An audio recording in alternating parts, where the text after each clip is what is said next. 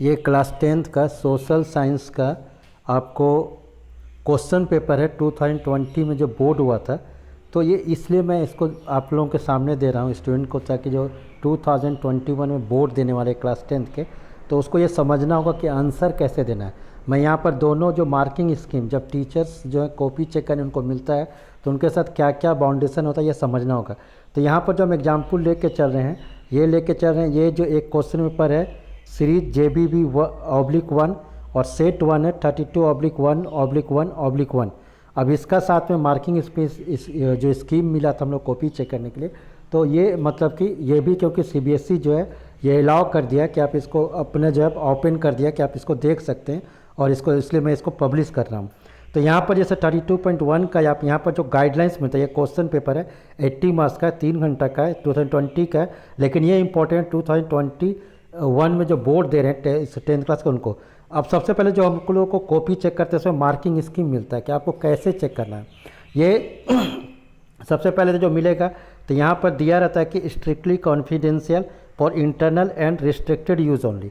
Secondary school इतना ये code मिला हुआ है, ये इतना पेपर कोड मिला हुआ है। उसके बाद जाके इसका जो इंस्ट्रक्शंस है, सबसे पहले जो इंस्ट्रक्शंस है तो जो हम लोग के पास मिला हुआ है, जो इसको जो मैं समझाना चाहता हूँ, पॉइंट 2 का देखिए कि evaluation is to be done as per instruction provided in the marking scheme, कि जो मार्किंग स्कीम में इंस्ट्रक्शन प्रोवाइडेड किया गया उसके अनुसार ही एवोल्यूशन करना है। कोई जो, इसलिए मैं बार बार कहता हूँ कि आंसर देते समय ये ध्यान दें कि जो आपका बुक पर है, जितने वीडियो मैंने अपलोड किया हुआ है तो उसमें बताया कि जो बुक से ही रिलेटेड आंसर देना और एक्यूरेट देना है। एंड यहाँ पर लिखा है it should be done according to one's own interpretation और any other consideration marking scheme should be strictly adhere. यहाँ देखिए एडहेयर और रिलीजियसली फॉलोड। तो यहाँ पर दिया हुआ है कि however while evaluation answers it which are based on latest knowledge and innovative they may be ascertained for their correctness, otherwise mark be awarded to them. तो यहाँ पर ये दिया हुआ है, तो इसके अनुसार आप देख रहे हैं कि अब हम एक एग्जाम्पल लेके चल रहे हैं। तो इसी तरह से जो हमको बताना था कि जो मार्किंग स्कीम में दिया हुआ है और इसके बाद क्या क्या नहीं करना उसके बारे में दिया हुआ, तो उसको खैर हम लोग कॉपी चेक करते समय जो उस तरह से इंस्ट्रक्शन वहाँ पर है। अब मार्किंग स्कीम में एक एग्जाम्पल आपको लेकर चलते हैं।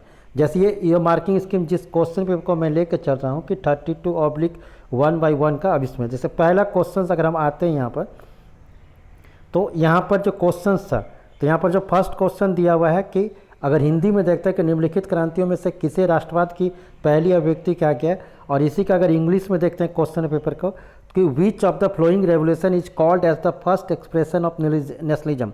तो निश्चित है कि ये फ्रेंच रेवोल्यूशन होगा। यहाँ पर अगर आप आंसर देखें तो फ्रेंच रेवोल्यूशन होगा।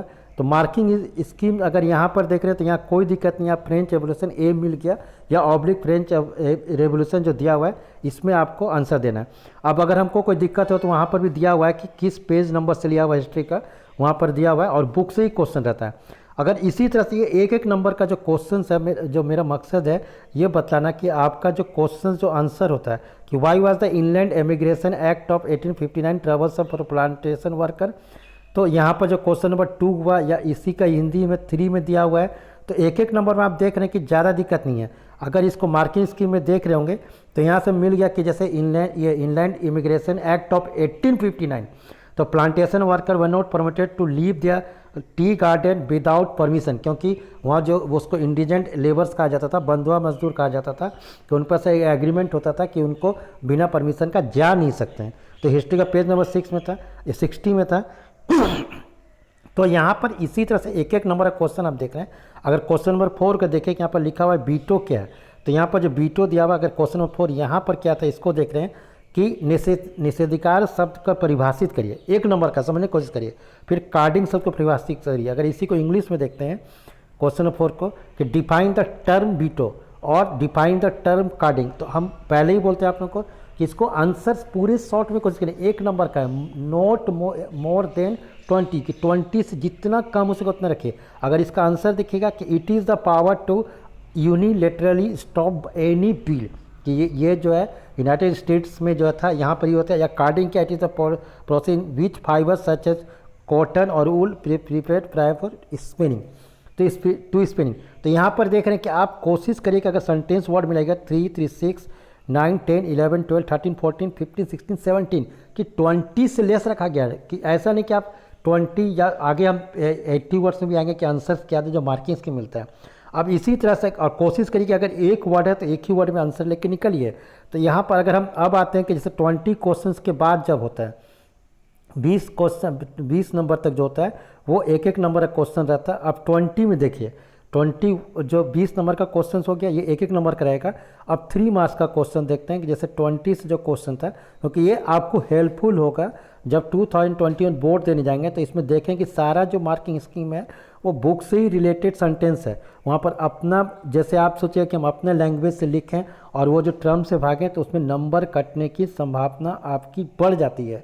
तो इसी को अवेयर रखने, जैसे अगर यहाँ पर दिया गया कि एक क्वेश्चन है कि दिए गए स्रोत को पढ़िए और नीचे दिए गए प्रश्नों के उत्तर दीजिए लिखिए। तो यहाँ पर शहरों में आंदोलन था, चाहिए जो आंदोलन हुआ था हिंदी में दिया का आंदोलन शुरुआत जो मध्य भारत की हिस्सेदारी में है। तो यहाँ पर एक देखिए यहाँ पर दिया गया क्वेश्चंस कि अब स्टडी द टेबल, इसको खैर यहाँ पर तो ये जो क्वेश्चन नंबर 21 हिंदी में है और 21 के बाद जाके ये इंग्लिश 18 का। तो हिंदी में देखिए यहाँ पर क्वेश्चन दिया हुआ है कि आंदोलन की शुरुआत शहरी मध्य भारत के हिस्सेदारी के साथ हुई। हजारों विद्यार्थियों ने स्कूल कॉलेज छोड़ दिए, हेडमास्टरों और शिक्षकों ने इस्तीफे दिए, वकीलों ने मुकदमे लड़ना बंद कर दिया। मद्रास के अलावा ज़्यादातर प्रांतों में परिषद चुनावों का बहिष्कार किया गया। मद्रास में गैर ब्राह्मण द्वारा बनाई गई जस्टिस पार्टी का मानना था कि काउंसिल में प्रवेश के जरिए उन्हें वे अधिकार मिल सकते हैं जो सामान्य रूप से केवल ब्राह्मण को मिल पाते थे, इसलिए इस पार्टी ने चुनावों का बहिष्कार नहीं किया। तो ये खैर जैसे गवर्नमेंट ऑफ इंडिया एक्ट का था जो उसमें वो लोग को प्रॉब्लम मिला था, तो वहाँ पर तो इसका आंसर क्या क्या को दिखे यहाँ पर दिया हुआ है, इंग्लिश में दिया हुआ है, इसी चीज़ को दिया हुआ है। अब 21 का यहाँ पर जैसे 21 का देखेंगे यहाँ से और आगे दिया हुआ है, तो यहाँ से जैसे हिंदी में उसके आगे और बढ़ाते हुए यहाँ पर आ गया कि इतने लगे। तो अब यहाँ पर परिषद चुनावों को बहिष्कार के संबंध में जस्टिस पार्टी की भूमिका को स्पष्ट करिए। तो एक एक नंबर का तो यहाँ झंझट नहीं होगा, लेकिन फिर भी इस क्वेश्चन का इंग्लिश में देख लेते हैं। तो यहाँ पर दिया कि अब इसका मार्किंग स्कीम में देखिए, क्योंकि मार्किंग स्कीम जो हम इंग्लिश में लिए हुए हैं कि जैसे लिखा हो कि explain the role of the Justice Party in boycotting of the council elections, कि यहाँ देखिएगा तो Justice Party the party of the non Brahmin, जो कि ब्राह्मण नहीं तो उनकी थी, felt that entering the council was one way को gaining some power something that usually only Brahmin to access to. तो ये बुक में ही ये सेंटेंस दिया हुआ, अगर आप देखेंगे हिस्ट्री का पेज नंबर 58 में तो वहाँ पर दिया हुआ है। तो यानी सोचिए एक पार्टी है तो इसका आंसर 20 वर्ड के आसपास है और वो भी बुक से मिलता जुलता है। तो इसीलिए मैंने बार बार कहा यह इसको कि ध्यान देना आपको। अगर क्वेश्चन नंबर 22 देखेंगे कि explain any 3 effects of population growth in England in the late 18th century, कि अचानक 3 जो पॉपुलेशन ग्रोथ हुआ इंग्लैंड में उसका 3 प्रभाव क्या क्या पड़ा। तो इसको 3 प्रभाव है तो 3 पॉइंट देना और तीनों जो है 1 into 3 याद देखिएगा। तो इसका जो आंसर लिखते समय क्या करना है, जैसे मार्किंग स्कीम जैसे मिला 22 क्वेश्चन को देखते हैं। तो यहाँ पर 6 इफेक्ट दिया गया जो आपकी बुक में है पेज नंबर 81 में हिस्ट्री का, कि अगर जब पॉपुलेशन ग्रोथ पड़ा था तो ब्रिटेन में डिमांड बढ़ गया था फूड ग्रोन का। तो ये देखिए आंसर लिखते समय देखिए मार्किंग स्कीम क्या मिला कि इसको जो दिया गया कि increase the demand of food grain in Britain, ये urban centre expanded, effect on corn laws, food was imported in Britain, pushing up food grains prices और एनी अदर रिलेवेंटेड। माने इससे मिलता जुलता अगर पॉइंट आप अपने से दे रहे हैं बुक में है तो मिल सकता है आपको पॉइंट, लेकिन अगर यहाँ नहीं मिलेगा any 3 point to B explain, कि इसको जो 3 पॉइंट को यहाँ पर ये 3 पॉइंट दिया हुआ है कि इसको एक्सप्लेन भी करना है जो बुक में है। तो यानी यहाँ देख रहे हैं कि आपका सेंटेंस जो है ये तीनों पॉइंट कोई भी 3 पॉइंट को मिला के आपको लगभग जो है 70-60 वर्ड से 80 जो नोट जिसे एक्सीड करना है 80 से ज़्यादा नहीं जाना है। तो आप कोशिश करना है कि 60 से 70 में रखना, जो आंसर आपका 3 पॉइंट में मिल जाता है। लेकिन इसी तरह से अगर हम नेक्स्ट क्वेश्चन का देखते हैं, एक और क्वेश्चन का 3 मार्क्स का ले लेते हैं।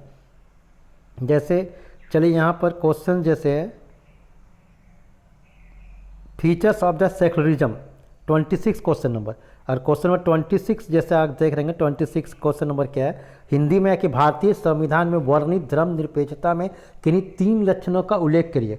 तो 3 लक्षण का उल्लेख करना है धर्मनिरपेक्षता का, और अगर इसी का जैसे इंग्लिश में है तो 3 का आंसर देख रहे हैं आप क्या दिया हुआ है कि यहाँ पर 5 पॉइंट आपका बुक में देखिएगा। तो अगर इसका देखिएगा कि जो पॉलिटिकल साइंस का बुक है जिसको सिविक्स भी कहते हैं पेज नंबर 49 में, तो वहाँ पर ये 5 पॉइंट दिया होगा और इसको कोई 3 पॉइंट आपको लिखना है कि यहाँ लिखा हुआ है any 3 point to be mention, क्योंकि एक पॉइंट जो है तो लंबा है कि there is no official religion in the secular state like India, the constitution doesn't give a special status to any religion.